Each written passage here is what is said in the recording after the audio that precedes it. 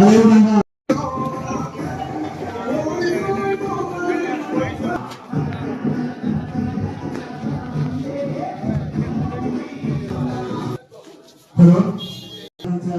మునుపల ప్రణాళికలు గారికి స్వాగతం సుస్వాగతం.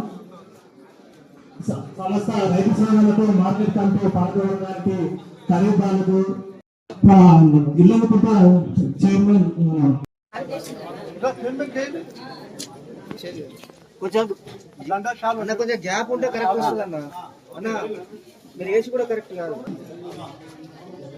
లోపల కనబడుతున్నారు. అమ్మా విధంగా పెద్ద మనుషులు అందరూ వచ్చి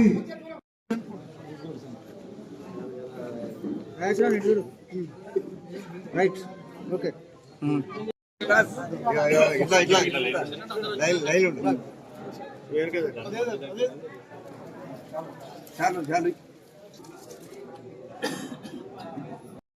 ఆ బస్సులు కూడా 2-3 క్వాలిటీలు తెప్పించి బెస్ట్ క్వాలిటీ ఏముందో అది మేము మన కార్మికులతో సెలెక్ట్ చేయించుకొని వాళ్ళు ఇష్టపూర్వకంగా మేము తెప్పించాం సార్.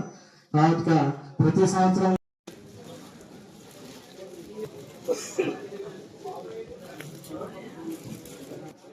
బుల్లి భాగ్య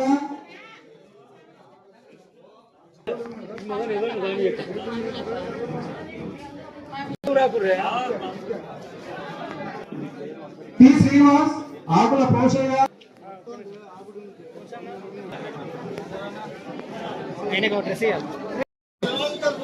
ఆకులపల్లి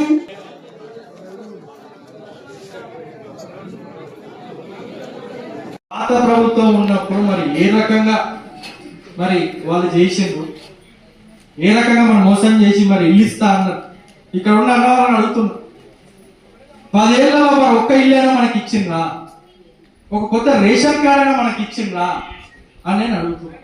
మరి ఇప్పుడు 10 ఏళ్ళలో ఒక ఇల్లు చెప్పా, మరి ఇప్పుడు మన ప్రజాప్రభుత్వం వచ్చిన తర్వాత నియోజకవర్గానికి 3500 ఇల్లులు అలాట్ చేశాం. కరెక్టే, అందరికి ఇవ్వలేకపోతున్నాం. నువ్వు ఒక్కకి ఇస్తాం, ఇంకో ఒక్కకి రాలేదు, వచ్చలేకపోతున్నాం, అలా చేయలేకపోతున్నాం. కానీ 2-3 నెలల్లో ఇంకో దఫ మొదలవుతుంది, ఇంకో 3500 ఇట్లా చేసుకుంటూ పోతుంటాం. అదే 10 ఏళ్ళ కనీసం కొన్ని ఇచ్చినా ఇంత ప్రజలు దగ్గునా లేదు, ఏమి ఇవ్వలే. అక్కడ చూపెట్టుడు ఇక అరచేతిలో వైకుంఠం లాగా. కేసీఆర్ గురించి తెలుసు కదా, మాట ఎట్లా మాడతాడు. ఇక 2014 ముందు ప్రభుత్వాలే లేవు, ఇక రాష్ట్రాలే నడవలే, ఏం లేనట్టు చెప్తాడు. మోసం చేసాం మనం. మరి ఇప్పుడు ఏమవుతుంది? మోసం బయట పడ్డదా? పడ్డది కదా. సొంత కూతురే చెప్పబట్టే, నా కవిత్వం కాదు. సొంత కూతురే అవును మేము బీజేపీ కలుద్దాం అనుకున్నాం అన్నాడు. మరి దానికి బీజేపీ రాజాసింగ్ గారు ఎమ్మెల్యే గారు మరి దాని వస్తాస్ పలికే అవును కరెక్టే అని అన్నాడు. అంటే ఇద్దరు దొందు అయినరా. ఎలక్షన్ నేను చెప్పిన ఇదే జమికుంట మార్కెట్ టౌన్లో వచ్చినప్పుడు బీజేపీ బీఆర్ఎస్ దొందే, వాళ్ళిద్దరు ఒకటే, నమ్మకండి అని చెప్పిన. ఇంకో మాట కూడా చెప్పిన, నేను గెలిచినా ఓడినా మీ అభిమానంతో నాకు 54,000 ఓట్లు పడిచాయి. ప్రభుత్వం వస్తుందని మనం ప్రచారం చేసినాం. దేవుడి దయ వల్ల మీ అందరి అభిమానంతో రాష్ట్రాల ప్రజలందరూ ఓటేసిండ్రు. అక్కడ మన ప్రభుత్వం వచ్చింది. మనం ఖచ్చితంగా సంక్షేమ పథకాలు ఒక్కొక్కటిగా నా వంతు మీ వద్దకు చేరే బాధ్యత నేను తీసుకుంటా. మీకు ఈ 6 గ్యారంటీలు అర్హులున్న ప్రతి ఒక్కళ్ళకి అందేంత వరకు ఇక్కడ నేను కానివ్వండి, మా కాంగ్రెస్ పార్టీ నాయకులు కానివ్వండి, ఖచ్చితంగా మీకు కష్టపడతారు, మీకు పని చేస్తారని చెప్పి ఈ సందర్భంగా మీకు తెలియజేస్తూ ఒకటే నేను కోరేది, కొంచెం మన ఓపికగా ఉందాం.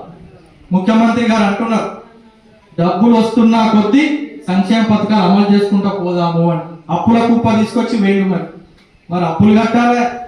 ముఖ్యమంత్రి గారు చిన్నపిల్లలు 3వ తరగతి పిల్లలు రాసేలా లెక్కలు చెప్పే ఎన్ని వేల కోట్లు వస్తున్నాయి, మిత్తి ఎంత కడుతున్నావు, జీతాలు ఎంత అవుతున్నాయి, మరి ఉన్న దాంతోనే మరి ఖర్చులు పెట్టుకోవాలని చెప్పింది. మరి ఆ విధంగా పైసలు వస్తున్నా కొద్దీ మరి మన పథకాల ఇంప్లిమెంట్ అయికుంటా అమలు అవుకుంటా పోతుంది. సో ఖచ్చితంగా రానున్న రోజుల్లో 6 గ్యారంటీలు ఇప్పటికే మనం చాలా మటుకు మనం నెరవేర్చుకున్నాం, ఇంకా మనం నెరవేర్చుకుంటా ముందుకు పోతాం. రానున్న రోజుల్లో కూడా పెన్షన్లు అయితే కానివ్వండి, ఇప్పుడు ఇందిరా మిల్లులు చెప్పిన రేషన్ కార్డులు వచ్చినాయి, ఆరోగ్యశ్రీ 5 లక్షల నుంచి మనకు 10 లక్షల పెంపు జరిగింది.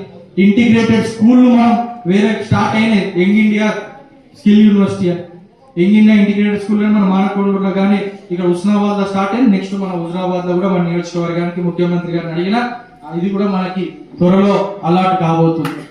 విద్య వైద్యం పైన మన కాంగ్రెస్ ప్రభుత్వం మెయిన్ ఫోకస్ ఉంటుంది.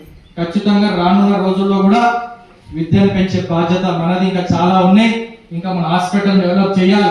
ప్రైమరీ హెల్త్ సెంటర్ లో కూడా కొన్ని వెసులుబాటు చేయాలి. చిన్న చిన్న ఏమన్నా లోపాలున్నా సరిదిద్దుకొని మనం ముందుకు పోవాలి. కాబట్టి మీరందరూ సహకారం ఉండాలి. మా లీడర్ల పైన ఎలక్షన్ లేవు, అయినా మేము మీకు చెప్తున్నాం. ఎందుకంటే చేసుకుంటా పోతున్నాం. మాట ఇస్తే తప్పని పార్టీ కాంగ్రెస్ పార్టీ. తెలంగాణ ఇస్తా అన్నది 2014 సోనియమ్మ తెలంగాణ ఇచ్చి చూపెట్టింది. ఇప్పుడు కూడా 6 గ్యారంటీలు ఇస్తా అని చెప్పినాం. దీనిలో 16 నెలల లోపలనే దాదాపు మీకు 4-5 గ్యారంటీలు అమలైన ఇందాక నేను చెప్పిన లెక్క. సో ఖచ్చితంగా మీరు విశ్వాసం పెట్టుకోండి. ఎందుకంటే మీరు ఇంపార్టెంట్. మీరు ఈ మార్కెట్ యార్డ్ ద్వారా కొన్ని వేల మందికి మీరు రోజు ఇంటరాక్షన్ అవుతుంది. అందుకే నేను చెప్పిన వెన్నుముక్క అన్నది దానికోసమే.